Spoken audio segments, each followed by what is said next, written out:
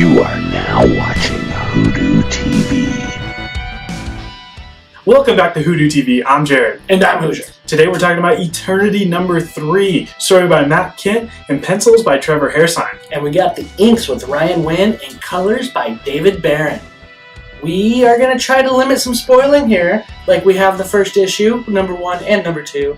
But we might get a little bit of details. But this is a book you're going to want to read all of Divinity's. This creative team, again, continues to write great stories. They continue to show great art, and they're telling a wonderful picture. Mm-hmm. This book just really highlights how good and strong of a storytelling team this really is. This book has lots of callbacks to the other Divinity stories. This book just continues to just build on this mythos that is Divinity, and it's awesome. I mean, the storytelling even goes as far down as the inks. I mean, it's just everybody is doing their part to really bring the story out front, and it's awesome. Right? Again, Barron's killing it with the colors. They're bright, they're vibrant. And then they adjust so quickly when they do a little bit of backstory on Abram, and just how well the whole team transitions on that is great.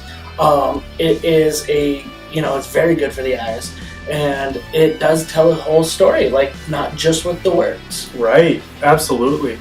And I appreciated that. I mean, it goes back to kind of him growing up in Russia, and we go from the unknown being this bright, colorful, moving, dynamic images to Russia in the winter, straight lines, 90-degree angles, just everything is in order. And I thought that was just such a cool piece. And I mean, it's something that they've been doing with Russia pretty much throughout the entire Divinity story. But it just highlights their abilities to kind of make the unknown something completely different than what they're coming from. And I just appreciate that.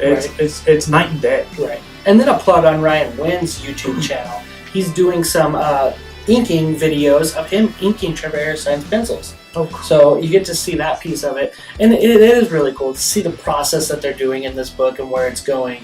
And this, we also get some really great mindset of what Abram's coming from, where he's coming from, how he got to where he was, how he became the person he is, and how he respects and views his powers. Yeah, it's just really interesting. He's pretty much all powerful almost, but he does have the respect. He does know kind of what could happen if you have powers like this and you don't keep it in check. Right. And I do like the connection with this whole story also relating to the books that he read growing up, right? And how this is also a book, obviously. And just that intertwining connection of even the reality that we're looking at when we're reading to Abram's reality of when he was growing up and reading, and where that goes. That's been kind of like an ongoing thread that's been in these books. And it is cool. I mean, to have all these powers, I mean, it comes back to great powers comes great responsibility. Thank you, Peter Parker. And it's pretty cool. Or Uncle Ben. Uncle Ben, yeah. Thanks, Uncle Ben. But it's interesting. And then you get to see Myshka piece, right? Where she is taking her motherly instincts seriously, very seriously. Yeah. Until she's otherwise told different. Mm-hmm. Yeah, it's an interesting kind of contrast to Abram. Abram is, if there's a threat, he pretty much turns them down without killing them. He kind of reassembles a robot, in fact, to keep from killing this thing. Where Myshka, she's on a warpath because they have her baby. But yeah, you're right. And there's this moment where she is given information and she begins to understand a little bit. Mm-hmm. And again, it's another contrast because Abram doesn't really follow her line of thinking in that.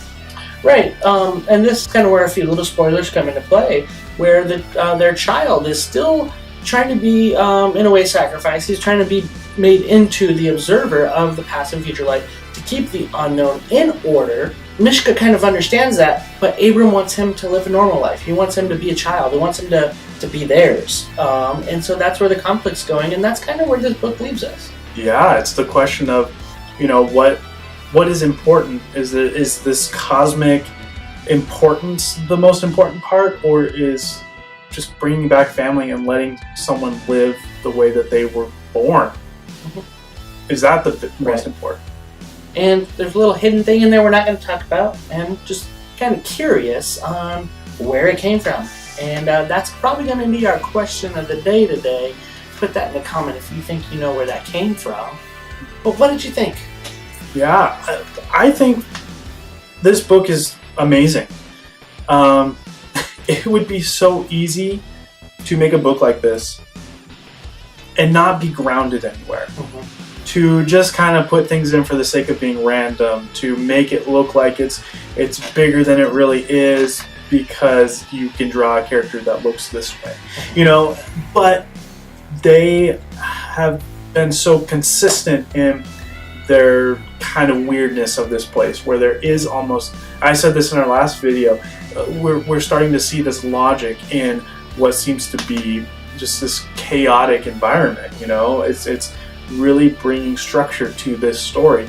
I just really appreciate that. I mean, everything that happens, every twist that we come across, it makes sense.